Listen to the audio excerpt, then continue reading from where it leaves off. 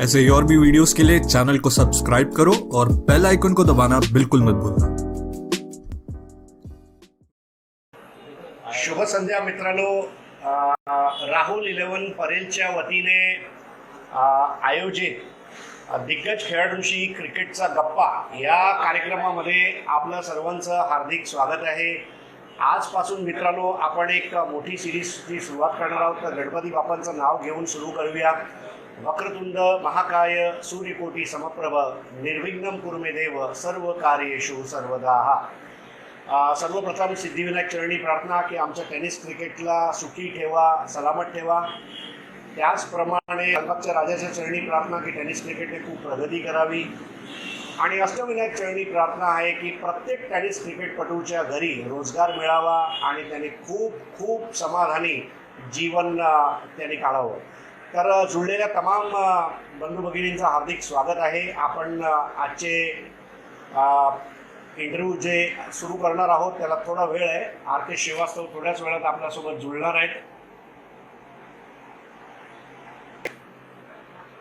मित्रांनो, राहुल 11 परेल हा टेनिस क्रिकेटचा इतिहासला एक दादा संघ ज्याने एक काळ गाजवला आणि या संघाकडून आता आजपासून आपण या आख्यायिका जे असतात म्हणजे लेजंड प्लेयर्स त्यांची एक सिरीज सुरू करणार आहोत। गेल्या 25-30 वर्षामध्ये असे भरपूर संघ होऊन गेले, म्हणजे त्यात काय ठळक म्हणजे सर्व नाव घेता येणार नाही, परंतु मॅचलेस म्हणा, राहुल म्हणा, तिलक चौक, रेनबो, सिनिया महादेव, खतरनाक, परेल पॅकर्स, गणेश गल्ली, उत्कर्ष भांडूप, मोरी रोड, माहीम, नर्मदा, अर्जुन, सॅनियल, बंड्या बॉयज, त्याचप्रमाणे सरोज 11, सिलेक्टेड 11 असे भरपूर संघ होऊन गेले। म्हणजे आणि हे जे सर्व संघ आहेत या सर्व संघातले निदान एक एक खेळाडू याचा इंटरव्ह्यू घ्यायचा आपला मानस आहे। तर आम्ही आर के श्रीवास्तव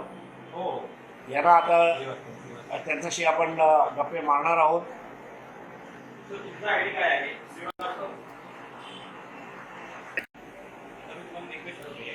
तर मित्रांनो, आर के श्रीवास्तव थोड्याच वेळात आपल्यासोबत जुळणार आहेत। रॉयल मैन पाना हार्दिक स्वागत। सोहेल भाई तहे दिल से इस्तकबाल है, खुशामदीद। R Gaikwad welcome brother.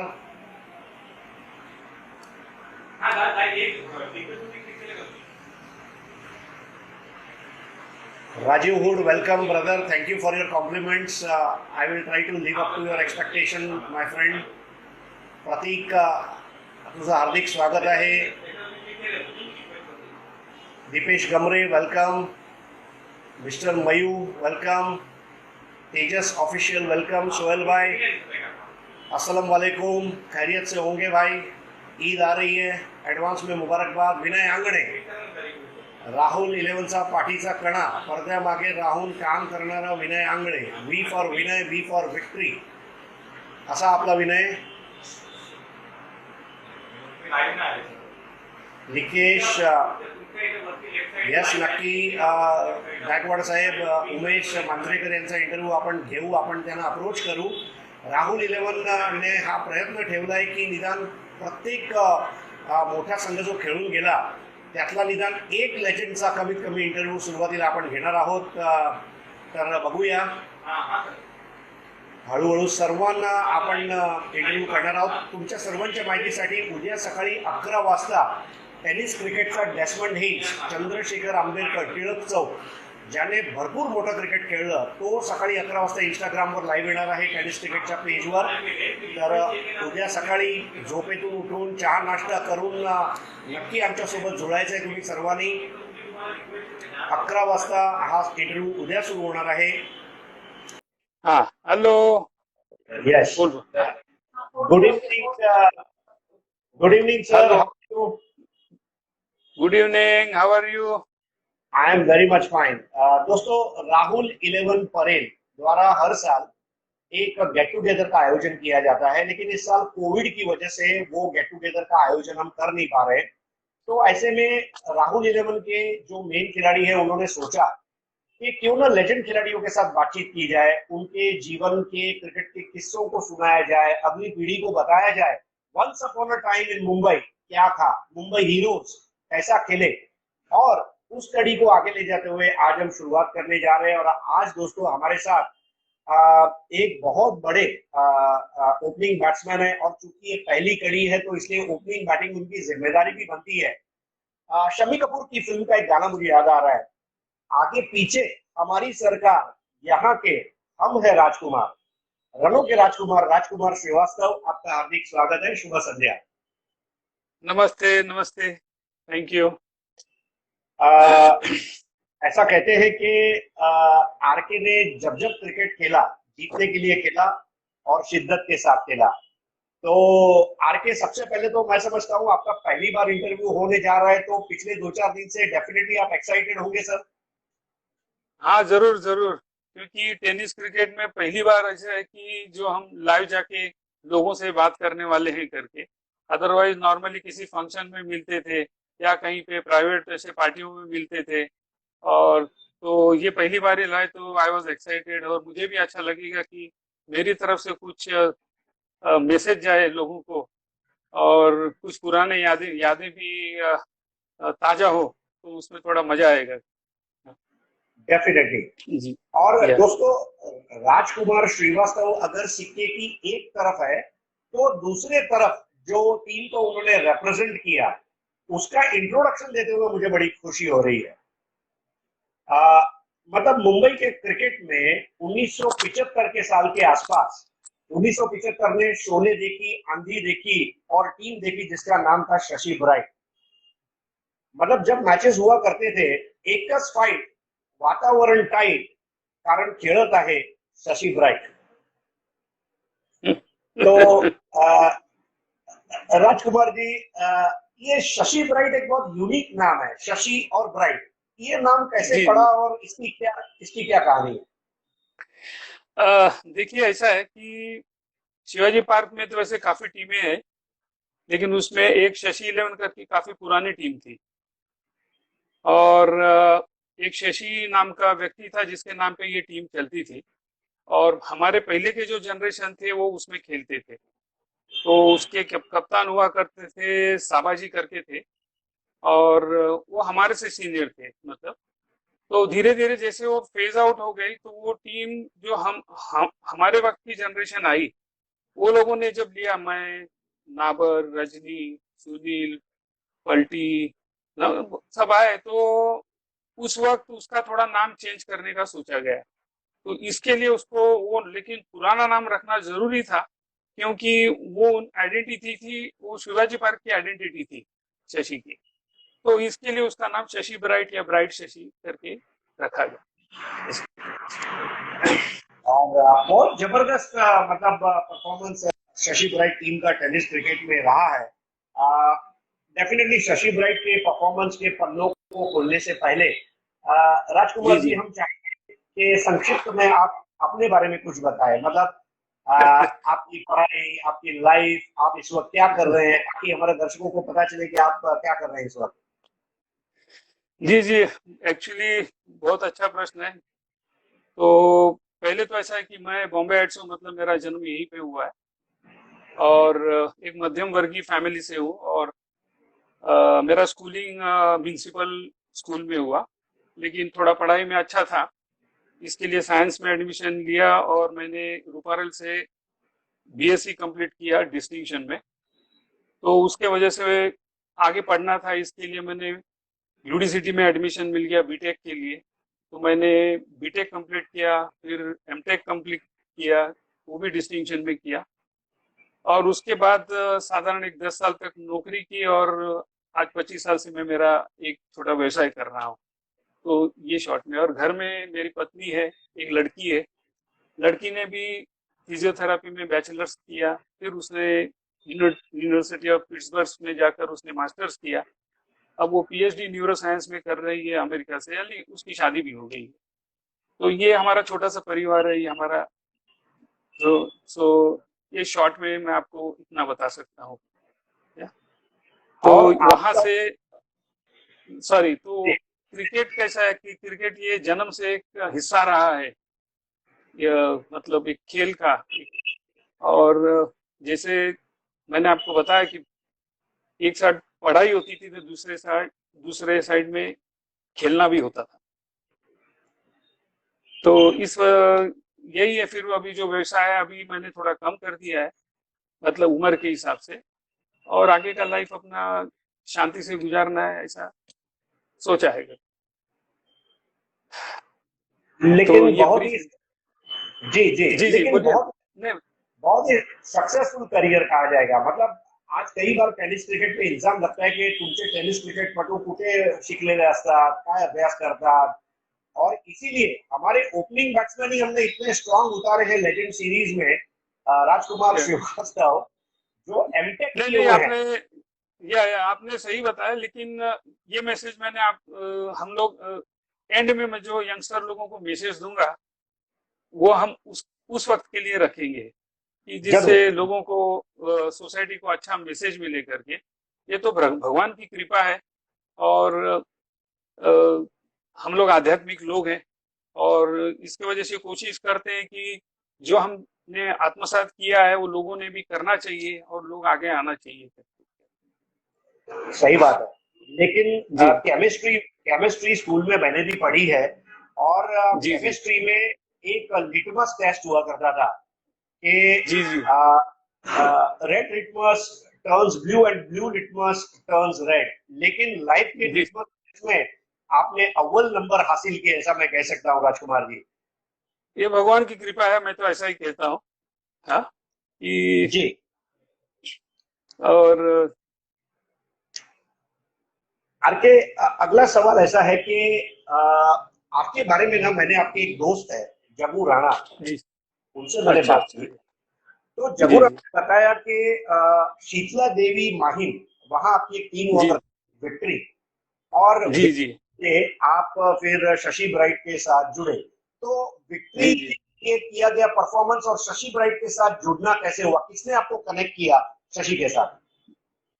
जी जी। आ, वो विक्ट्री तो अलग टीम थी, लेकिन हमारे रंग उद्यान में थे जहाँ पे मैं रहता था। वहां पर हमारे कॉलोनी में अराउंड 8 बिल्डिंग्स हुआ करती थी, और सब बच्चे जुड़ते थे, खेलते थे। मतलब जो हर एक क्रिकेटर की स्टार्ट गली क्रिकेट से ही होती है, और हम लोग लोकल वहां पे खेला करते थे मैचेस में, जैसे पहले होता था। मतलब ये कोई ऐसा स्पेशल नहीं है। तो वहां पे पिंटो टूर्नामेंट हुआ करती थी। दादर माहिम नागरिक सभा करके थी, जिसके पिंटो अध्यक्ष थे, और वो हर साल टूर्नामेंट अरेंज करवाते थे। तो वो उस टूर्नामेंट में सेमीफाइनल के वक्त, साधन 81-82 की बात होगी, 81 की बात होगी, तो सेमीफाइनल में शिवाजी पार्क की टीम आई थी, जिसमें शशि के टीम प्लेयर्स खेल रहे थे। वो शशि के नाम से नहीं खेल रहे थे, विजय 11 को जैसा था, लेकिन सब प्लेयर वही थे। तो उनको हम लोगों ने सेमीफाइनल में हराया। तो उस वक्त साबा जी वहां पे थे, तो मैच होने के बाद उन्होंने बोला कि हमारी एक टूर्नामेंट चालू है, आप हमारे साथ खेलोगे क्या टूर्नामेंट? साईनाथ ने अरेंज की थी, नरदुला टैंक में। नरदुला टैंक बोले वो आज का रविंद्रनाथ मंदिर का जो पीछे का भाग है, उसको पहले नरदुला टैंक। तो मैंने कहा ठीक है, कोई प्रॉब्लम नहीं करके। तो ये टूर्नामेंट हो गया, ये फाइनल हम लोग जीत गए, और वहां से हमारा कनेक्शन शुरू हुआ, क्योंकि वो कप्तान हुआ करते थे शशि 11 के। तो फिर वो पहला टूर्नामेंट था जहाँ पे मैं खेला उनके साथ में, और final man of the match मुझे ही मिला था वहाँ। और इसी तरह मैं उनके साथ जुड़ गया, और उसके बाद जो शुरुआत हो गई, तो उसके बाद तो दूसरे टीम से मैं खेला नहीं। ऐसे कभी कभार दोस्तों के हिसाब से खेल लेता था, लेकिन मोस्टली मैं शशि ब्राइट से ही जुड़ा रहा था। तो ये तो मतलब कहेंगे कि ये मतलब वो बिगिनिंग था वहाँ। जी। ये वो क्रिकेट हुआ करता था जब आदमी एकस लक्ष्य एकस पक्ष, एक बार टीम हाँ पकड़ ली तो रिटायर भी उसी से हाँ, होते थे। और बस हर रिटायर उसी से। तो नहीं, आप ये मानना आरके, पड़ेगा, क्योंकि क्योंकि सॉरी मैं आपको इंटरप्ट कर रहा हूँ, क्योंकि वहां पर, मतलब मैं बता रहा हूँ कि 50 साल से, आप बिलीव नहीं करोगे, ऑलमोस्ट 50 ईयर से, क्योंकि 40 साल तो मेरे सामने ही हो गए, उसके पहले 10 साल, जो विकेट थी उस विकेट पर आज भी प्रैक्टिस होती है। और हमारे वक्त में तो नाबावर और ये सब होते थे कि उसका प्रिपरेशन ये सब करते थे, प्रैक्टिस के लिए प्रैक्टिस रोज होती है, 5 बजे से 6:30 बजे तक, 50 ईयर्स। हाँ, 50 ईयर्स। अभी जो नए लड़के आए हुए हैं उसमें जैसा सनी है, हर्षद है, आपका बाड़ू साटम है, भाटकर है, अमित गावड़े है, ये लोग आज भी 40 लड़के लेके वहां पे रोज खेलते हैं। बर्थडे रहेगा तो बर्थडे भी उसी बीच में मंगाते हैं। वही विकेट, 50 ईयर्स। ये थोड़ा मतलब मानने जैसी बात है करके। और नहीं। वो स्पिरिट है। हाँ, यस वो यस। और वो प्रैक्टिस शायद अभी गए 10-15 साल से वो पिक्चर में नहीं होंगे शशि ब्राइट, लेकिन आज भी वो लोग वही प्रैक्टिस करते हैं। तो जब जाते हैं तो वो नजारा देख के पूरी याद आते हैं, तो एक इमोशनल फीलिंग डेवलप होती है। इसके लिए मैं आपको 50 साल बोल रहा हूँ प्रैक्टिस कर रहे हैं। तो प्रैक्टिस आज भी चालू है, उसी नाम से चालू है। लोग हैं, पहचानते हैं लोग, जुने थे। और अभी आप भी जानते हैं, काफी साल तो आप भी जुड़े हुए हैं, आप भी उस टीम को जानते हैं करके। तो जी ऐसा ये सफर रहा है। ग्रेट। और कॉन्ग्रेचुलेशंस, मतलब एक पिच को 50 साल तक रखना। देखिए, जी जी पुराने जमाने की शादियां भी ऐसी हुआ करती थी कि गोल्डन जुबली मनाते थे। लेकिन जी आज जी का कोई भरोसा नहीं है। लेकिन शशि ब्राइट ने 50 साल पिच को संभाल कर रखा। कहते हैं ना, माटी के साथ माटी होना पड़ता है, और मिट्टी के जी साथ जी मिट्टी हो जाते हैं ना, तब जाके जी जी काफी मिलती है। और इसीलिए जी जो 50 साल से आपके और आपकी टीम के मेंबर्स, जो लोग आज के खिलाड़ी हैं, पुराने खिलाड़ी है, ये वाकई में जी जी। बहुत बड़ी बात है। मैं सबको मेरी ओर से सलाम करता हूँ। धन्यवाद धन्यवाद। धन्यवाद, उनकी आर के, तरफ से मैं धन्यवाद जी देता जी हूँ। जी जी, जी डेफिनेटली। आर के, अब आगे चलते हैं। आ, आप ऑलवेज एक ओपनिंग बैट्समैन के रूप में आपकी ख्याति रही है, और आपके टाइम पे जो मैच हुआ करते थे वो आज के जैसे 4 या 6 ओवर्स के नहीं हुआ करते थे। जी जी। मतलब 12 ओवर, 16 ओवर और 2 इनिंग्स। तो या ऐसे में पावर प्ले भी नहीं था। तो बतौर ओपनिंग बैट्समैन आपका काम क्या हुआ करता था? क्योंकि एमआरआई का वाइट बॉल था, जो जी जी। बॉलर फ्रेंडली भी था और बैट्समैन फ्रेंडली भी था। तो ऐसे में बैलेंस क्रिकेट था। तो एज एन जी जी ओपनर, जब आप जी बैटिंग जी को जाते थे, तो जी आपकी जी। क्या स्ट्रेटेजी रहती थी? ऐसा था कि जैसा आपने सही बताया, वो बॉल अलग था।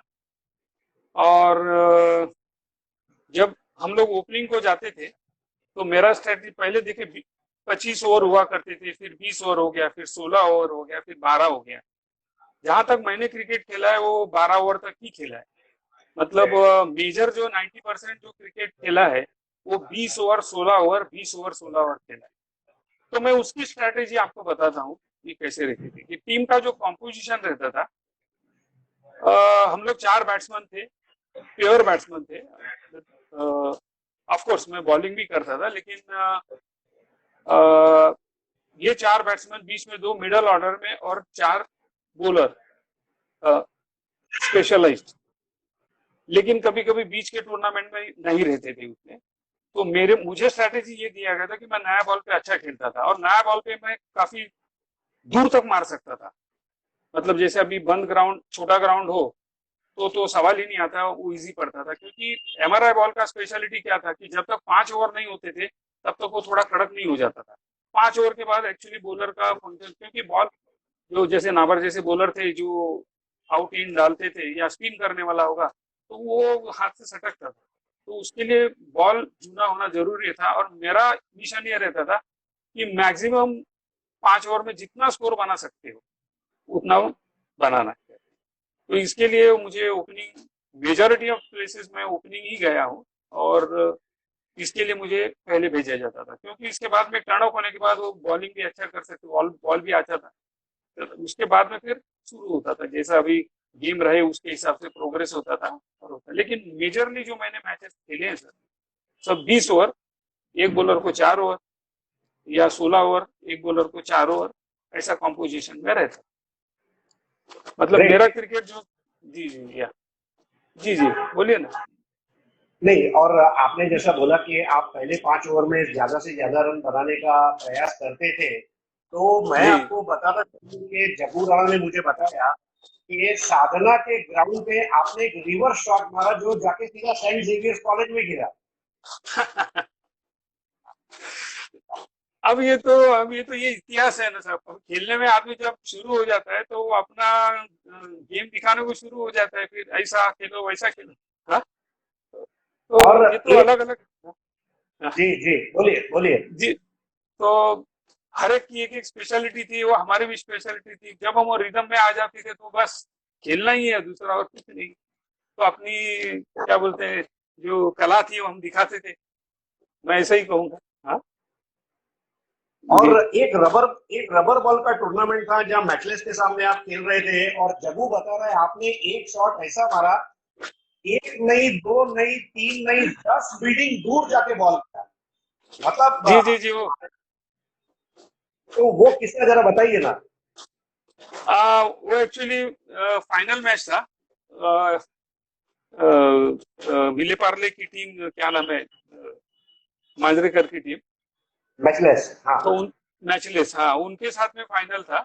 और सेकेंड इनिंग था फाइनल। तो शिवाजी बॉलर थे। Shivaji was suppose to be the fastest bowler in the rubber ball in Mumbai that time. वो इतना तेज फेंकता था। और मैं वापस वही कहूंगा कि ये बॉलिंग और बैटिंग का गेम ऐसा है कि आदमी एक बार जब रिदम में आ जाता है तो वो उसमें फिक्स हो जाता है। मैंने कोई क्या कहते हैं, फिक्स करके शॉट नहीं मारा था कि भाई मैं इसमें मारूंगा, लेकिन वो जैसा बॉल आया वैसा मैंने बैट घुमाया था। और वो सही बात है कि वो काफी दूर गया था। तो ये तो सर कैसा है कि जैसे बोलते हैं ना कि जैसा आदमी खेलने लगता है तो उसके वो अपने रिदम में रहता है। ऑफ में खेलता है, लेग में मारता है, कभी कभी ऑफ के बॉल लेग में खींच लेता है, तो वो रिदम ही उसको आगे ले जाती है। बस वही बात थी और कुछ आरके, एक चीज और देखी गई कि जैसे बास्केटबॉल में शिकागो बुल्स की टीम, उसको ड्रीम टीम कहा नहीं। जाता था, वैसे शशि जी जी ब्राइट का एक समय था ड्रीम टीम। मतलब जी उदय नाबर से लेके, अगर मैं कहूँ तो उमेश मांजरेकर कहिए, जग्गू राणा कहिए, साबाजी का आपने ऑलरेडी उल्लेख किया है, उदय नाबर सा जी जी लेजेंड प्लेयर। तो जी शशि ब्राइट के इतने सारे बड़े स्टार एक टीम में होने की वजह से आपको एक ऑटोमेटिक कॉन्फिडेंस आ जाता था कि अगर रन कम हुए तो बॉलर निकाल देंगे, और बॉलर ने अगर कंटेन किया तो रन हम बना लेंगे। जी जी। ये आपने बात सही बोली है। एक्चुअली कॉम्पोजिशन बहुत अच्छा था। कुछ अच्छे खिलाड़ियों को बाहर भी बैठना पड़ता था। बाहर में काफी सालों तक उनको बाहर बैठना पड़ता था। कभी मतलब पहले दो तीन में चांस मिलता था, लेकिन क्या है कि अल्टीमेटली परफॉर्मेंस ही इवैल्यूएशन था कि जिसका परफॉर्मेंस अच्छा है वही खेलेगा, या कोई एब्सेंट रहा तो उनको चांस मिलता था।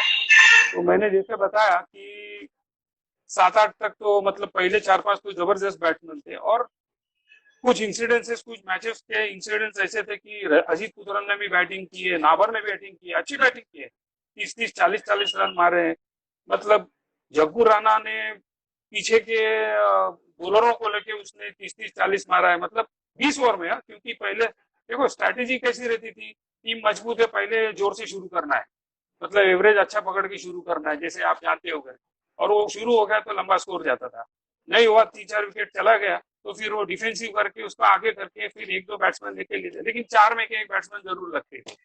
ये तो था ही कि कोई ना कोई तो जरूर लगता था, और जो लगा तो वो कम से कम वो पूरा मैच घुमा सकता था, उतनी कैपेसिटी के लोग थे। मैं आज भी बोलता हूँ कि वो यादें जो है वो बहुत मजबूत यादें। रजनी हो, बंटी हो, बाबू सुब्रमण्यम भी बीच में आते थे, वो भी एक बॉलर थे, स्पिन बॉलर, उन्होंने भी काफी स्कोर किया है। तो वो कॉम्पोजिशन बहुत कॉम्पैक्ट था, और अच्छे अच्छे बैट्समैनों को भी, बॉलरों को भी बाहर बैठना पड़ता था उससे। तो ये टाइम टाइम की बात है यार। जी तो सर। आरके, आज के जी इस मुबारक मौके पर जी जी उदय नाबर, रजनी पटेल, जग्गू राणा, उमेश मांजरेकर जैसे लेजेंड प्लेयर्स हैं, अगर जी उनके बारे जी। में जिक्र ना हो तो आज का हाँ, इंटरव्यू अधूरा रहेगा। तो एकदम उदय बहुत। नाबर, साबाजी, उमेश, जग्गू या फिर या रजनी, इनके जी बारे जी में कुछ अगर आप बताना चाहें हमारे दर्शकों को। जी जी। देखिए कैसा है, आपने जो उल्लेख किया बहुत अच्छा किया। आ, आ, पहली बात तो नाबर हमारे जो कप्तान थे, है मतलब अभी वो गांव में रहते हैं। आ, मैं कहूंगा अगर मुझे बॉलर बॉलर के लिए कहोगे तो मैं दो तीन लोगों को चूज करूंगा बॉम्बे के अंदर उस वक्त में, ऐसे नहीं, बॉलर तो बहुत थे। लेकिन नाबर के पास कुछ स्पेशल डिलीवरीज थी। जैसे मैं आपको बता सकता हूँ कि फास्ट फास्ट पहले फास्ट बॉलिंग करते थे, फास्ट में आउट कटर निकालना एमआरआई बॉल में बहुत मुश्किल होता था, बॉल बाहर निकालना, क्योंकि बॉल बाहर निकालने के लिए आपको स्लो डालना पड़ता है राइट हैंडेड बॉलर को। लेकिन पता नहीं कैसा वो बॉल डालता था कि उसका कभी अंदर आता था, और एक डिलीवरी ऐसा डालता था कि मतलब थोड़े में आप बोलेंगे तो he was a very deceptive bowler, very deceptive, कि अभी इसने ये डाला तो वो आगे क्या डालेगा। और इतना तेजी से आता था कि बैट्समैन को जजमेंट लेना बहुत मुश्किल होता था, इसके लिए स्कोर नहीं होते थे, स्कोर कम होता था। ये थी नाबर की स्पेशलिटी। एज ए कैप्टन वो बहुत अच्छा था। हाँ ठीक है, गाली गलौज तो मतलब जो ग्राउंड पे होती है, कुछ लोगों का उसके बारे में दिक्कतें थी कि भाई ऐसा वैसा है करके, तुम्हारे टीम में तुम्हारे कप्तान, लेकिन वो क्या है, वो सब खाली ग्राउंड पे होता है, एक प्रेशर के अंडर होता है, एक सिचुएशन के अंडर होता है, तो उससे कुछ चीजें सीखने को भी मिली है, बात ऐसी नहीं है। तो he was a very good player, he was a very good bowler, and at the same time he was a very good captain, and he was captain for very long time। हालांकि ऐसा period भी आया कि बीच में वो हमने बोला नहीं, जो है वो बराबर है करे, और इसके लिए वो हो गया रजनी। रजनी वाज मतलब ही was a very good batsman. मतलब मैं आपको एक्सप्लेन नहीं कर सकता हूँ कि बॉम्बे में जो आप मुझे बोलोगे कि आप बेस्ट बैट्समैन किसको बोलोगे, आपका अच्छा चाहता वाला बैट्समैन कौन था, तो मैं दो आदमियों का ही नाम लूंगा। मतलब मैं थोड़ा पार्शियल हूँ वो हिसाब से, लेकिन मैंने वैसे बैट्समैन बाहर देखे नहीं थी मेरे पीरियड में, इसलिए मैं बता रहा हूँ। मतलब due respect to all other batsman that time, due respect to all those batsman, Jaggu and Rajni जैसा बैट्समैन है। क्योंकि अगर आप सामने खेल रहे हो तो आपका मन करेगा कि आप उनकी बैटिंग देखते रहोगे। वहां उस टाइम बहुत ही कम था, क्योंकि इतने साल में मैंने कभी ऑफ साइड में किसी को सिक्सर मारते नहीं देखा, लेकिन Jaggu was the first person जो ऑफ साइड में इतनी ताकत से मारता था, पता नहीं वो तो सिक्सर भी कितना दूर चला जाता था। वो भी हमारा बॉल ना, हम लेफ्ट आर्म बॉलर डालेगा तो उसको घुमा देता, उसी रिदम में वो घुमा देता था। तो ये दो बैट्समैन बहुत अच्छा था। और रजनी का कैसा था, थोड़े मूडी थे, लेकिन जिस दिन लगा वो दूसरे को किसी को बैटिंग करने की जरूरत नहीं, सामने वाले को भी जरूरत नहीं, रियली मतलब हकीकत है। इसलिए मैं थोड़ा पार्शियल हूँ इसमें कि अगर ये सवाल अगर आप मुझसे पूछ रहे हैं तो उसका उत्तर मैं अभी आपको दे रहा हूँ कि मुंबई के अच्छे बैट्समैन आपको कौन थे, तो मैं इन दोनों का ही नाम लूंगा करके। जी। और एक दो इंसिडेंट्स भी मैं बताऊंगा आपको कि समझो वक्त रहा तो, ये एक दो जो टूर्नामेंट के जो ऐसे इंसिडेंट्स थे, ये उन्होंने भी मैच घुमाई है। तो this are match winners, I can say easily. और ये बोलते हुए मुझे बहुत अच्छा लग रहा है, क्योंकि मैंने खुद देखा है, मतलब हम लोग एंजॉय करते थे वो। और जब ये होता था तो शाम, अभी कैसा लोग भूल जाते हैं, ये तो कट्टे पे शाम को बैठने के बाद डिस्कशन चलता था हफ्ता भर, ये बॉल उसने ऐसा मारा, ये बॉल उसने इधर मारा, ये उसने ऐसा मारा, अरे क्या शॉट मारा। तो वो आदमी, आप सोचो कितना मन को सुकून मिलता होगा उससे, क्योंकि उस वक्त तो मोबाइल है ये सब कुछ नहीं थे। ये सब होने के बाद जो होता था तो ग्राउंड पे, मतलब कट्टे पे ही सब डिस्कशन होता था। तो ऐसा था। तो और दूसरा बाद में Umesh Manjrekar, of course he is a very nice batsman, he is not only batsman, he is a very good bowler. ये बहुत अच्छे आदमी है वो, और एकदम डिसिप्लिन्ड आदमी, कभी किसी से झगड़ा नहीं। मैच का अगर उनको दिखाना है ऐसे बैट्समैन, अपने उनका बल्ला घूमता था, तो उनको जो डेजिग्नेशन और जो उनको उन्होंने आपने पदवी दी है, he deserves it, let me tell you. जो आज लोग उनको जिस तरह देखते हैं करके, he really he was a very good player. और मैं भी एक तरह से उनका फैन ही था वो। तो लोग सोचते हैं कि वो बैट्समैन था, नहीं, ही was a good bowler also. और हम लोग कुछ मैचेस दूसरों टीम के लिए भी खेले भी हैं दोनों साथ में, तो नो क्वेश्चन अबाउट इट। तो ये रहा, मतलब डिटेलिंग अगर आप पूछ रहे हैं तो जग्गू राणा, रजनी, नाबर और उमेश मांजरेकर, वैसा मजा आता था उनके साथ में खेलना। और प्रेशर कम रहता था कि पीछे भी है तो हम आगे रिस्क लेके काम कर सकते हैं, आप समझ रहे हैं? तो ये एक भाव था टीम के अंदर। जब टीम में कभी दो तीन आदमी एब्सेंट रहते थे तभी थोड़ा प्रेशर आता था कि बाबा अब इनको लेके मैच तो जीतना है, लेकिन इनको लेके जीतना है करके, बस ऐसा ही रहा है सफर। और जी। आरके, टेनिस बॉल के साथ साथ जी जी आपने रबर बॉल क्रिकेट और लेदर बॉल क्रिकेट भी उतने ही जोश जी और जुनून के साथ खेला है। तो जी जी राजकुमार श्रीवास्तव, बतौर रबर बॉल जी क्रिकेट और लेदर बॉल क्रिकेट में आपके जी कोई नोटेबल परफॉर्मेंसेस जो आप याद करना चाहें आज? जी जी। रबर बॉल में देखिए, रबर बॉल में तो मेजर टूर्नामेंट जो बॉम्बे में थी, वो टेनिस बॉल में सबसे बड़ी टूर्नामेंट हुआ करती थी वर्खा की। ये आपको पता है कि सबसे बड़ी टूर्नामेंट बॉम्बे में थी और लोग वेट करते थे। और सबसे बड़ी टूर्नामेंट रबर बॉल की थी, वो गुलाबराव जोशी, मतलब विले पार्ले पार्ले टिड़ा की बोलते थे, गुलाबराव जोशी के नाम से थी, लेकिन वो और उनके बच्चे ऑर्गेनाइज करते थे। वो सबसे बड़ी टूर्नामेंट थी। और वहां हम लोगों ने खेला, हम एक साल हम लोगों ने भी फाइनल मारा है वहां पर। जैसे मैंने बताया पीछे कि वो इंसिडेंट, तो फाइनल में ही हमने सीख मारे। और बहुत अच्छा सफर रहा वो भी, और वो अनुभव भी बहुत अच्छा था। हालांकि बॉल बहुत तेजी से आता था, लेकिन थ्रो बॉलिंग थी, मतलब it was not what you call, मतलब नॉर्मल बॉलिंग, वो तो थ्रो बॉलिंग थी।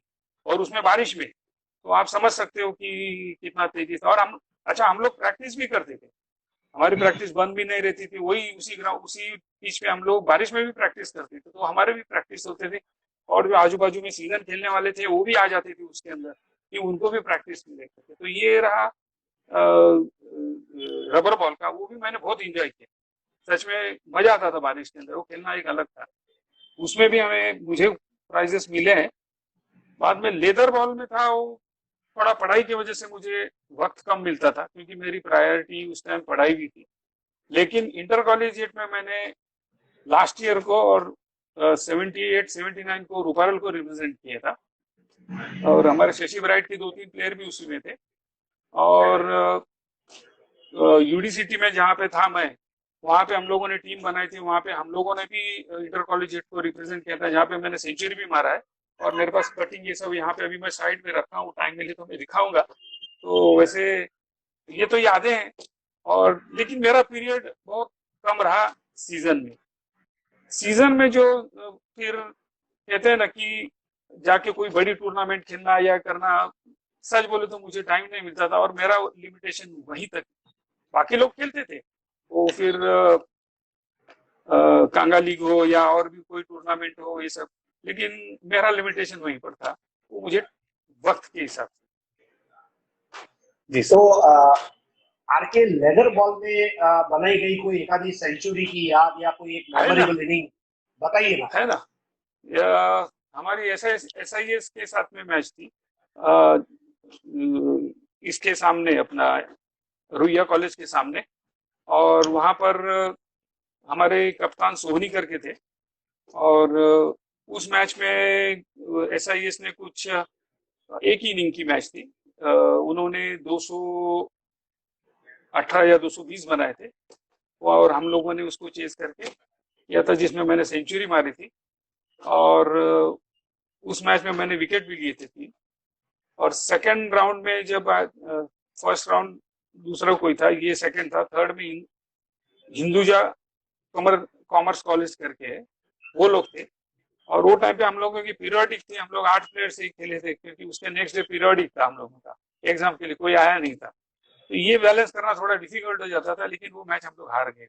मैं नहीं कहता हम लोग वो जीतने वाले थे, लेकिन हम लोग वो मैच हार गए। और उसमें भी मैंने 5 विकेट निकाला था, वो मेरे पास कटिंग है। लेकिन वो मैच हम लोग हार गए।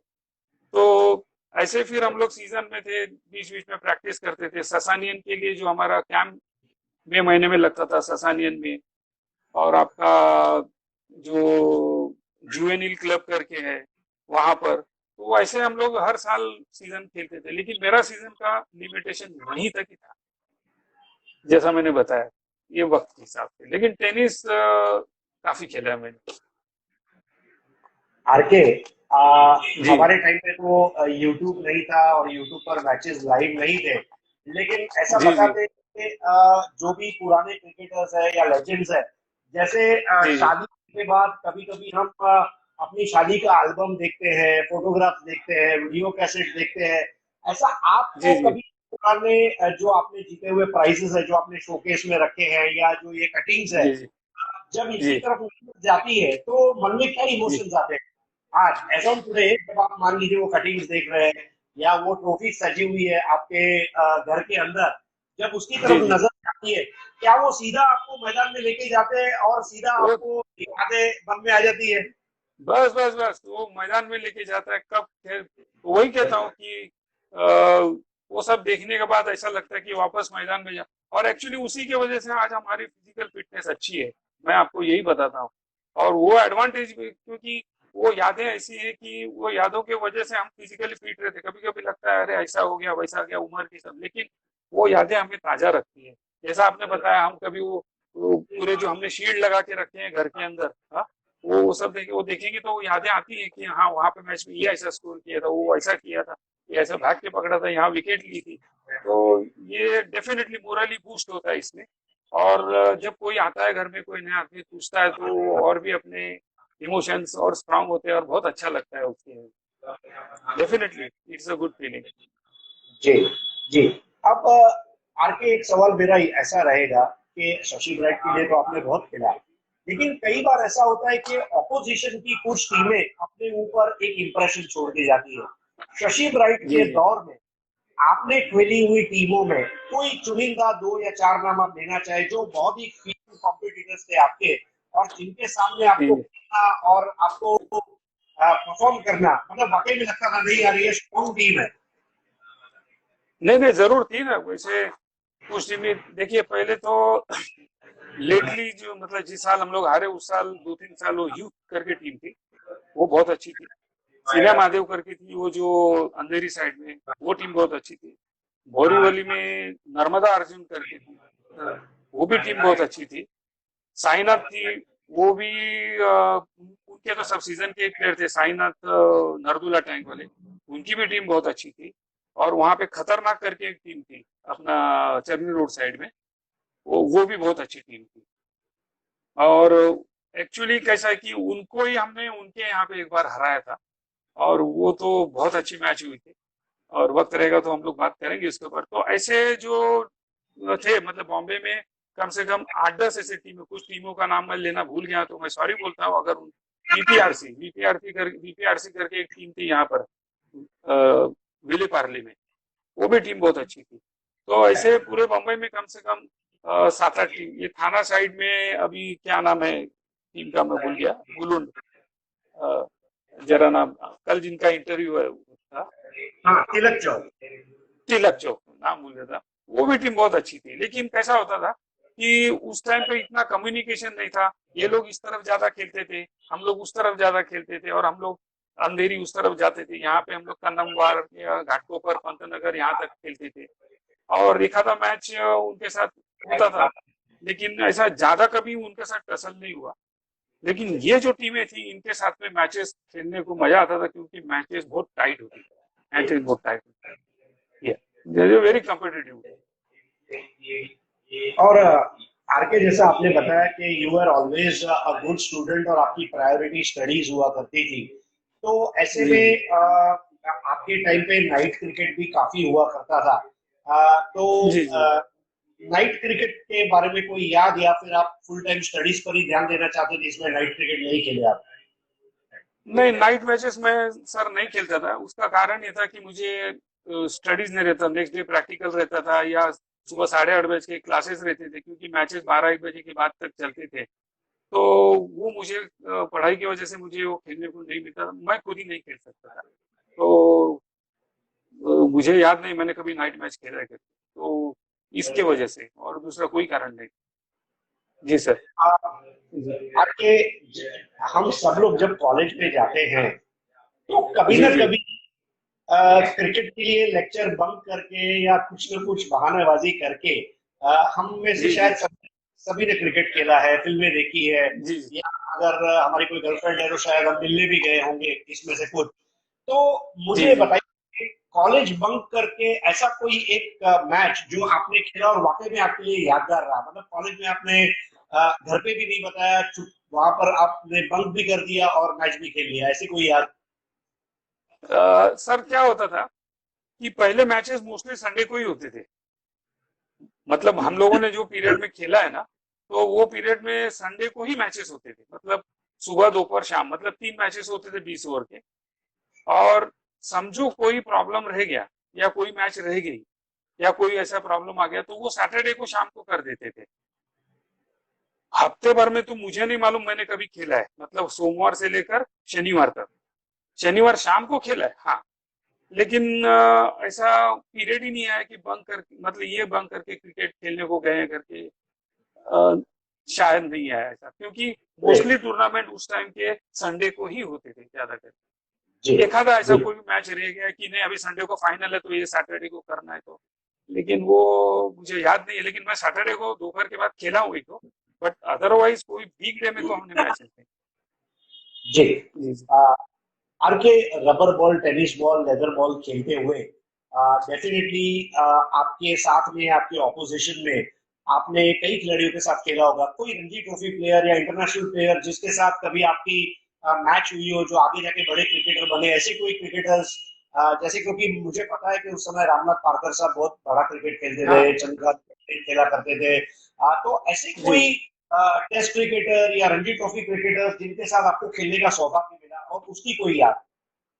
आ, पहली बात तो याद नहीं मुझे, सच बोलता हूँ। लेकिन सुरू नायक, चंद्रकांत पंडित, मतलब वो हम लोग जहाँ जहाँ खेले थे वहां वो लोग आके वो मैचेस खेल के गए थे, या जीत के गए थे या हार के गए थे। लेकिन ऐसे मेरे सामने कोई ऐसा टेस्ट प्लेयर हो या रणजी ट्रॉफी का प्लेयर हो, या वो तो मुझे सच बोलूं तो याद नहीं है करके। कोई और बात लेकिन थे, लेकिन बहुत लोग खेलने वाले थे जो रणजी ट्रॉफी खेलने। साइनाथ में कुछ अच्छे अच्छे प्लेयर थे जो रणजी ट्रॉफी या बड़े बड़े स्टेट बैंक या बड़ी बड़ी कंपनियों के खेलते थे करके। हाँ ये है कि बड़ी बड़ी कंपनियों को खेलने वाले या बड़े प्रोग्राम मतलब बड़े टीम को खेलने वाले वो भी आके टेनिस खेलते थे इसमें, उनके सामने खेलने का। लेकिन मैं नाम अभी आपको नहीं बता सकता कि कौन खेला था। कोई कोई बात नहीं। तो अब जी हमारे सर। इंटरव्यू के लिए थोड़ा सा समय बचा हुआ है। ऐसे में जी आर के, राहुल 11 ने ये जो इनिशिएटिव लिया है कि लेजेंड जी प्लेयर की यादों को ताजा करना, जी ये जी। इनिशिएटिव के बारे में आप क्या कहना चाहेंगे? हम आपसे शुरू कर नहीं ले। नहीं, बहुत अच्छा है राहुल इन्हें ने जो इनिशिएटिव लिया है। ये एक इनडायरेक्टली एक सामाजिक कार्य भी है उसमें, और इसमें काफी मेहनत लगती है। और मैं इनमें पहली बात तो आपका शुक्रगुजार हूँ, आपको थैंक्स कहता हूँ। और मैं उन लोगों का आभारी हूँ जैसे विनय आंग्रे, अभय, राजाध्यक्षा, चंद्रा, कोटियन, कल्याणी, बाद में राजू मोरे और महाडिक जी हैं। ये लोगों ने जो मिल के ये फंक्शन किया और सब लोगों का इंटरव्यू किया है, इससे हम लोगों का मनोबल बढ़ा है, इससे हमारा रिस्पेक्ट बढ़ा है। और मैं उनको काफी काफी धन्यवाद कहता हूँ। और हमारी तरफ से कोई उनको हेल्प करना चाहूँ जो हमारी उम्र और इसके नॉलेज के हिसाब से, तो हम भी इसमें थोड़ा हाथ लगा सकते हैं कि भाई चलो कोई डिपार्टमेंट संभालने के लिए या कोई सपोर्ट करने के लिए हम जरूर करेंगे उसके। और ये बहुत अच्छा इनिशिएटिव है उनका। इससे क्या होता है कि ओल्ड यादें भी ताजा हो जाती हैं, लोग मिलते हैं फिर वापस लोग जुड़ते हैं करके। तो this is very good initiative. आपके क्रिकेट की जर्नी में आप डेफिनेटली बहुत सारे लोगों ने आपको सपोर्ट किया है। तो एक बतौर थैंक्स नोट आप किन किन लोगों का शुक्रिया अदा करना चाहेंगे अपने क्रिकेट की इस सफर के दौरान? या पहले तो मेरे सब टीम मेंबर्स, जो मेरे टीम मेंबर थे जैसे नाबर, बंटी पाटिल, रजनी, ऑफकोर्स वो आप नहीं है, जग्गू, बाबू, सुनील, सुनील रमणी, संतोष साळुंके, मुलिक, बने, अजीत पुत्रन, लॉयड, यतीन ठाकुर और दिलीप, और जो हमारे सीनियर थे जो लोगों ने भी हम लोगों को भले कैसे भी देखा हो, साबाजी है, बाबू सुब्रमण्यम है, नाना थे, बाद में विजय, बाद में राजू चिक्का, ऐसे ये सब लोगों का मैं धन्यवाद कहूंगा। और मेरे अपोजिशन में जो लोग खेले हैं या जो आज कहीं ना कहीं मुझे मिलते हैं, इसमें उमेश मांजरेकर हो या और भी जैसे डेम्या हो या आपका श्याम वागे हो, ये लोग सब बाद में आपका क्या नाम है, बंड्या हो, हाँ, बंड्या लाड हो, हाँ, अ,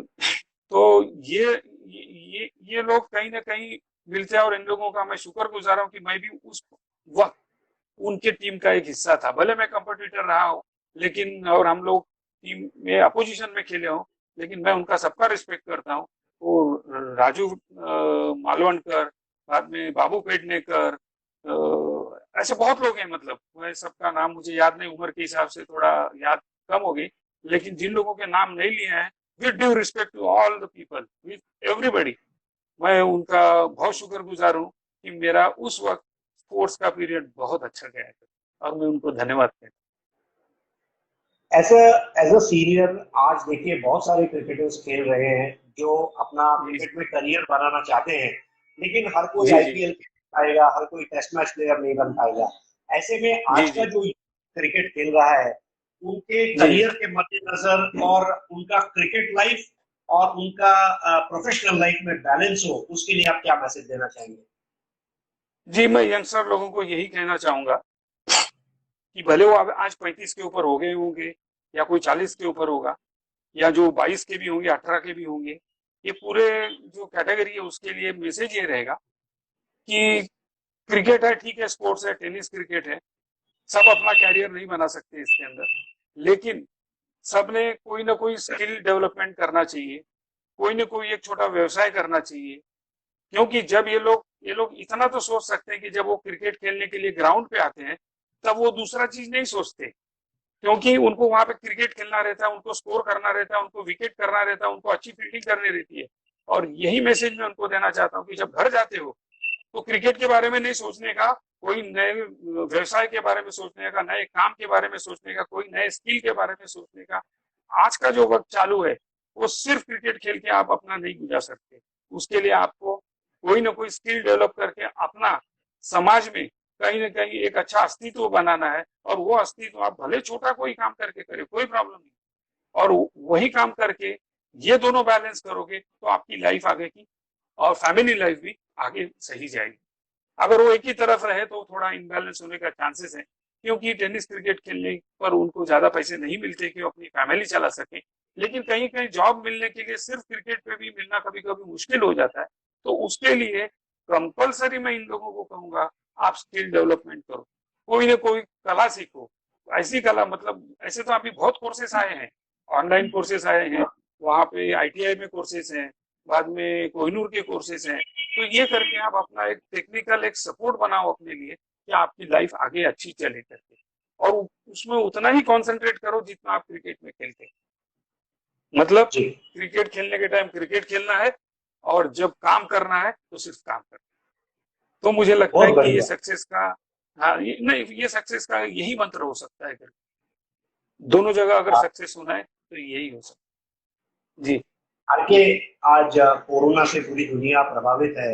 ऐसे में जी जी कोरोना से बचने के लिए भी आप जो लोग इस वक्त देख रहे हैं उनको क्या मैसेज देना चाहेंगे? How to safeguard yourself against corona?